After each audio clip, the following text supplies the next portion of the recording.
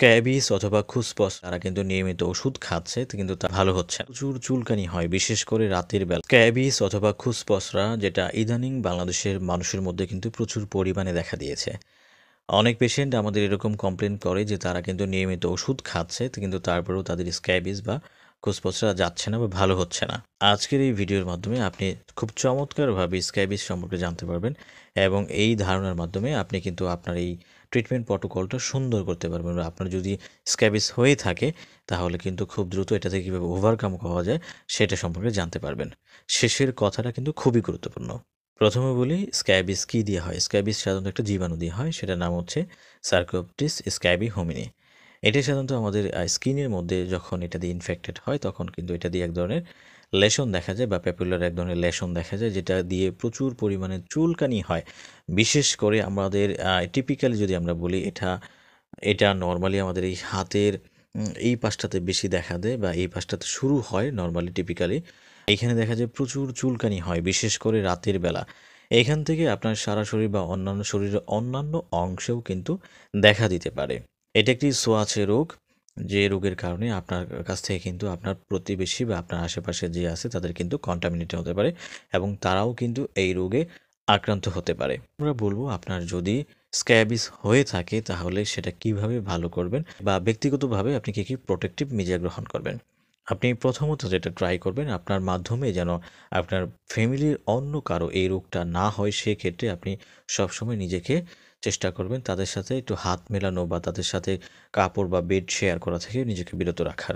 আরও যে বিষয়টা খেয়াল রাখবেন সেটা হচ্ছে আপনি সবসময় একটু নিজেকে পরিষ্কার পরিচ্ছন্ন রাখার চেষ্টা করবেন। প্রতিদিন আপনি আপনার বালিশের কভার বা বিছানার চাদর এগুলো খুব চমৎকারভাবে গরম পানি দিয়ে ধৌত করবেন এবং সেটা সূর্যের আলোর মাধ্যমে শুকাবেন।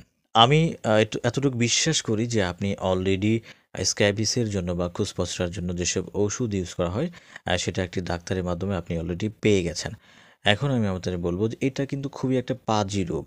এই রোগটা আপনি ডাক্তারের কাছে গেলেন, সে আপনাকে ওষুধ দিল, কিছু মলম দিল, মুখে খাওয়ার কিছু মেডিসিন দিল। আপনি সেগুলো নিয়ে আসলেন, ১ সপ্তাহের মধ্যে ভালো হচ্ছেন না। আপনি আবার দেখা যান খাওয়া বন্ধ করে দিয়েছেন অথবা আপনি অন্য আরেকটা ডাক্তারের কাছে গিয়ে আবার ডাক্তার দেখানো শুরু করলেন এবং সে আরেকটা ট্রিটমেন্ট দিল, আপনি সেই ট্রিটমেন্টে যাচ্ছেন। সেটাও ভালো হচ্ছে না, আপনি আবার ফার্মেসিওয়ালার কাছে যাচ্ছেন, সেখান থেকে একটা ট্রিটমেন্ট নিচ্ছেন, সে স্টেরয়েড দিয়ে দিচ্ছে, আপনি সেটা ইউজ করতেছেন। ১ম দিন ভালো হচ্ছে, কিছুদিন পর আবার সেটা অনেক জায়গা জুড়ে আসছে। তো এরকম হচ্ছে কিসের জন্য? আপনি জাস্ট এটা সম্পর্কে অ্যাওয়ারনেস না বা এটা সম্পর্কে সচেতন না, সে কারণে আপনার এই স্ক্যাবিস সম্পর্কে বা স্ক্যাবিসটা রোগটা ভালো হচ্ছে না। তো আজকে তাহলে আমরা কি প্রোটেক্টিভ মেজার বা কীভাবে চললে স্ক্যাবিস ভালো হবে সেটা কিন্তু খুব ভালোভাবে জানবো।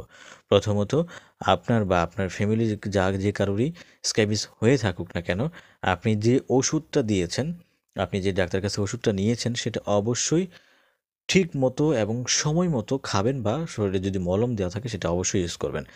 সবচেয়ে বেটার হয় স্টেরয়েড জাতীয় বা যে মলমগুলো সেগুলো অ্যাভয়েড করার। এই ক্রিমগুলো ইউজ করার একটা বিশেষ নিয়ম আছে। সেটা হচ্ছে অনেক ডাক্তার সাজেস্ট করে থাকে যে সপ্তাহের ১ম এবং ৭ম দিন অথবা সপ্তাহের ১ম, ২য় এবং ৭ম দিন ইউজ করতে। তো আপনি যদি আজকে ১ম এ সপ্তাহের আজকের দিন ইউজ করেন তাহলে সপ্তাহের মাথার বা ৬ দিন পরে যেয়ে আবার ইউজ করবেন এবং এটা অবশ্যই আপনার গলার নিচ থেকে সারা শরীরে লাগাতে হয় এবং এটা আপনার মুখে লাগাবেন না বা মাথায়ও লাগাবেন না। এটা আপনার শরীরে ৮ থেকে ১০ ঘন্টা রাখবেন এবং ৮ থেকে ১০ ঘন্টা পর আপনি গোসল করে ফেলবেন। সেক্ষেত্রে বেটার হচ্ছে যে আপনি ঘুমানোর আগে এটা লাগাবেন এবং সকালে উঠে সেটা গোসল করে ফেলবেন। এভাবে আপনি ১ম এবং ২য় সপ্তাহে ১ম এবং ৭ম দিন এভাবে লাগাবেন এবং আমি ধরে নিলাম আপনার ফ্যামিলিতে শুধু আপনার হয়েছে। তারপরেও এই মলমটি আপনি আপনার ফ্যামিলির সবাইকে লাগাতে বলবেন। তারপর যে কাজটি করবেন সেটা হচ্ছে যে আপনার কাপড়-চোপড় যা আছে একদিনের বেশি পরবেন না এবং বিছানার চাদর প্রতিদিন এগুলো কিন্তু গরম পানি করে ধুয়ে সূর্যের আলো শুকাতে হবে।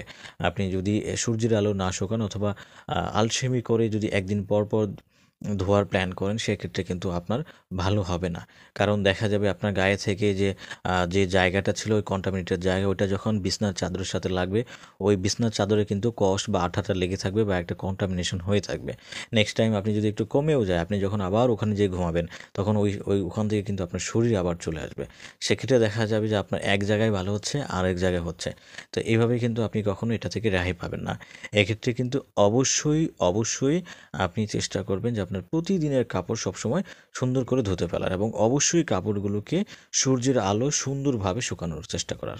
আর যেসব প্রোটেক্টিভ মেজার ইউজ করবেন আপনার মাধ্যমে যেন আপনার আর কারো ফ্যামিলি মেম্বারদের না হয়, সেক্ষেত্রে আপনি নিজের ব্যবহার্য কাপড়-চোপড় বা আসবাবপত্র এগুলো সবসময় একটু প্রোটেক্টিভ ওয়েতে রাখবেন এবং নিজে হ্যান্ডশেক করা থেকে একটু বিরত থাকবেন। যেহেতু হাতের মধ্যে এটা হয়ে থাকে, তার মানে হাত থেকে অন্য আরেকজনের মানুষের হওয়ার সম্ভাবনা অনেক বেশি। এইভাবে যদি আপনি নিয়মিত ওষুধ খান এবং আপনি যদি এই মলমগুলো ইউজ করেন, তাহলে আশা করি ৩ সপ্তাহের মধ্যে আপনার এই ধরনের রোগ থেকে আপনি নিজেকে বিরত রাখতে পারবেন বা এ ধরনের রোগ থেকে আপনি পরিহার পাবেন।